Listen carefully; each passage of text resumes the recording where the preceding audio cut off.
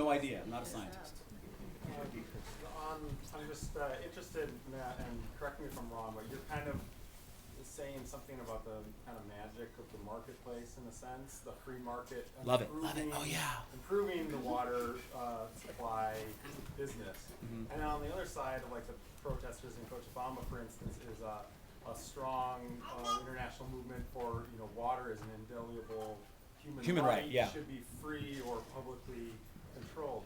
How do you reconcile those two? And also, how would you say that the magic of the marketplace is going to protect the interests of everybody? So the short answer is that there is a human right to water. I don't want to see this in the UN Convention of Human Rights because then we'd have to invade countries, and we are too many countries invading. But and water is highly regulated in this country and many other places, right? So that's why I say some for free, pay for more.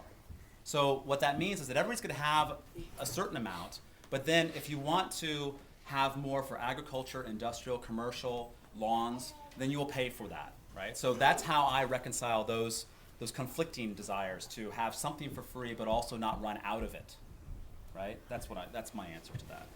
Yeah, given the trust factor, given our crumbling infrastructure, how much longer can we keep trusting municipal water supplies? I would ask your water manager. Some infrastructure is in good shape. It's completely local. The thing that water is a very local product. It's so heavy that it's very expensive to move around. So it's managed on local basis. There's something like 1,000 water districts in California, and how many power companies are there, right? Or phone companies? There's very few. It's local. You said that we should oppose rationing? Yes. Why? Because rationing is the most expensive way to attempt to constrain demand, right? So I have East Bay Mud. I'm over in Berkeley. And they say, oh, we have a shortage. We're going to raise your price by $1 per 750 gallons. And I'm like, so what?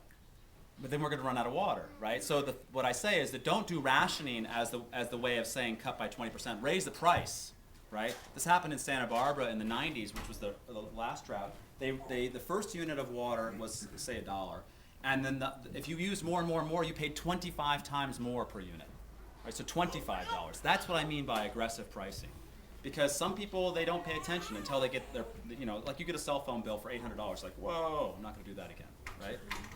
Over there, yeah. In northern Nevada, there's been issues with the use of groundwater. Yeah. And I'm wondering what you think, who owns the groundwater on public land? Nominally, of course, if it's owned by everybody, it's owned by nobody, right? So what you want to do is you want to have a certain number of rights for a limited, a sustainable withdrawal of water. Depends on the recharge. So if the recharge is, say, is 10, then you want to say you have a permit for 10, and then you would auction that to the highest bidder.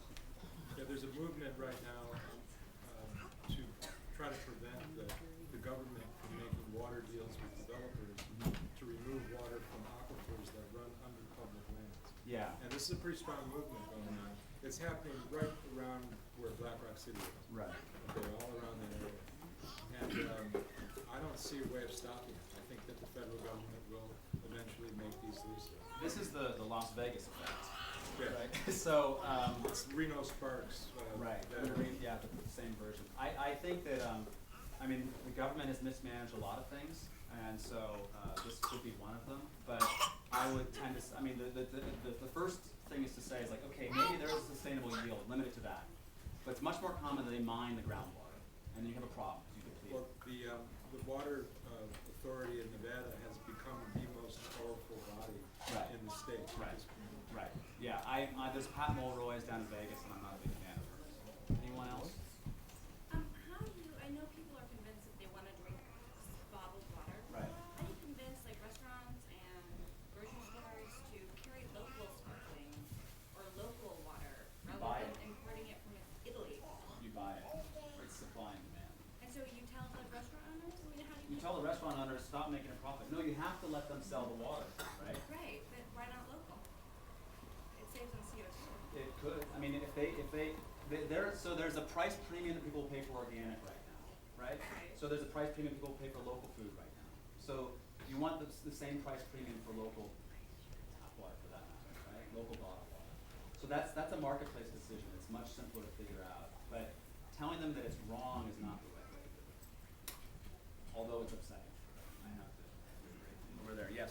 There's an intermediate, or there's when you talk about bottled water or tap water, there's filtered water. Mhm.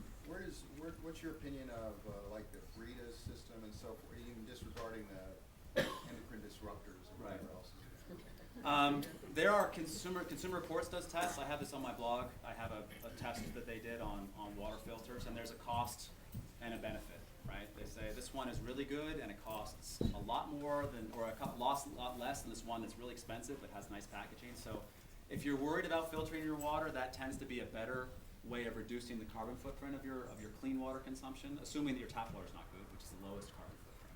I mean, you're talking $3 for 750 gallons. That's pretty cheap for tap water. One more. One more in the back. Okay, Yeah. first of all, in terms of bottled water in restaurants, there are restaurants that don't serve bottled water for principal reasons, at least in Berkeley. for Right, one. And, right. there's nothing wrong with telling them when you go to a restaurant that they should be serving tap water, especially in the area where it's Sure. dry. The other thing I want to say is that with agriculture using at least 80% of water in California, and a lot of that use being irrational, like growing rice or beef cattle, for example. I mean, why shouldn't the emphasis be on rationalizing how water is being used for agriculture? That's a great last question. So I'm not going to talk for 20 minutes about it. I actually put up a blog post on this recently. The 80% figure is more or less right, but then you have to remember that we eat food. So what I did is I said, well, how much profit do farmers get from the dollar of food they produce? And they get about 20 cents on the dollar. So if you look at how much profit we get as consumers, even if you forget about the value that we attribute to something we pay. If we buy apples for $1 and it's worth $2, we get a big value. But consumers are using that water, right? So in order to get to more rational use of agricultural water, which is what you're saying, the thing that I propose are more water markets. And water markets are important because has anybody heard of use it or lose it? That's generally the law of water in the West, okay? So if you want to sell your water, that's not considered a beneficial use. If you redefine beneficial use to include selling your water, then farmers have an incentive to conserve water and sell the water and make money, right? Right now they have no incentive, so they flood their fields. They grow alfalfa. Rice actually is not a very wasteful crop. But they'll do it because it's use it or lose it. And I'm out of time. Thanks so much.